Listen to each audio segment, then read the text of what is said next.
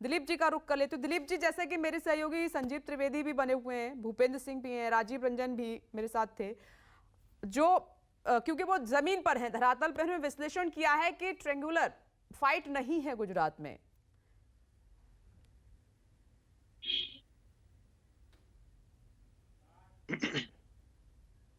शायद ना दिखाई दे, पहली बार है 33 साल के बाद पहली बार ट्रायंगल हुआ है। तो शायद रिजल्ट में परिवर्तित ना हो, अलग बात है, ऐसा भी होता है, लेकिन ट्रायंगल जरूर रहा है और सौराष्ट्र और सूरत में रहा, ये बात सही है। नॉर्थ में और सेंट्रल में जहां अभी इलेक्शन हुआ है वहां उसका थोड़ा सा कम है।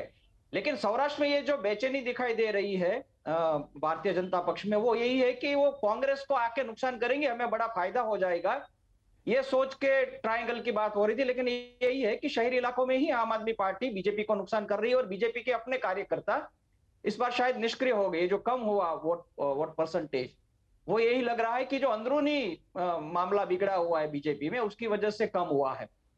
तो सौराष्ट्र में भी मानो सभी बैठकों में न कहे, लेकिन कई सारी ऐसी सीटें हैं जहां आम आदमी पार्टी की वजह से परिवर्तन होगा। सीटें लाएगी नहीं लाएगी ये बात तो रिजल्ट के वक्त ही कह पाएंगे, लेकिन उसका असर है इलेक्शन में। हम इसलिए उसको ट्रायंगल कह रहे हैं कि आम आदमी पार्टी की वजह से रिजल्ट को असर होगा। अब वो पहले सिर्फ कांग्रेस को नुकसान की बात थी, अब सिर्फ कांग्रेस के नुकसान की बात नहीं, बीजेपी को भी नुकसान हो रहा है। अब किसको कितना नुकसान हुआ रिजल्ट के दिन पता चल जाएगा। लेकिन तो जो आम आदमी पार्टी ने ये मान लिया है कि फर्स्ट फेज में ही थी हमारी ताकत, सेकंड में हमारा कुछ नहीं होने वाला, इसीलिए प्रचार में जोर भी नहीं दिया है आम आदमी पार्टी ने। थोड़ा सा कम ही है, क्योंकि उसमें कुछ ऐसे लोकल फैक्टर्स है, उसकी वजह से नॉर्थ गुजरात में बीजेपी और कांग्रेस आमने सामने आ गई।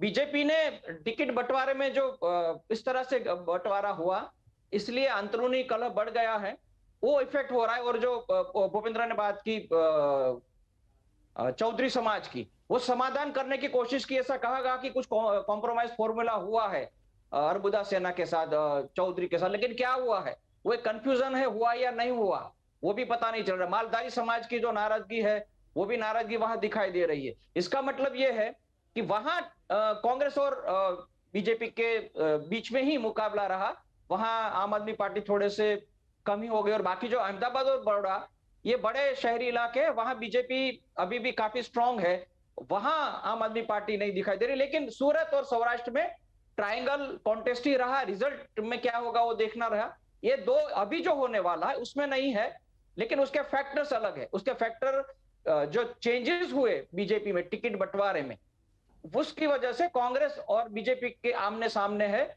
और इस बार भी यही लग रहा है कि जो थोड़ी सी एज कांग्रेस को अब तक थी, वो जी एज बढ़ जाएगी। और ये जो ओबीसी वाली बात है, वो सोर्सेज के आधार पे है, ठीक है, यानी सेकंड फेज में आप मेन कहा फाइट नहीं है। बीजेपी वर्सेस कांग्रेस ही मान रहे हैं, आम आदमी पार्टी को आप खुद डिनाई कर रहे हैं।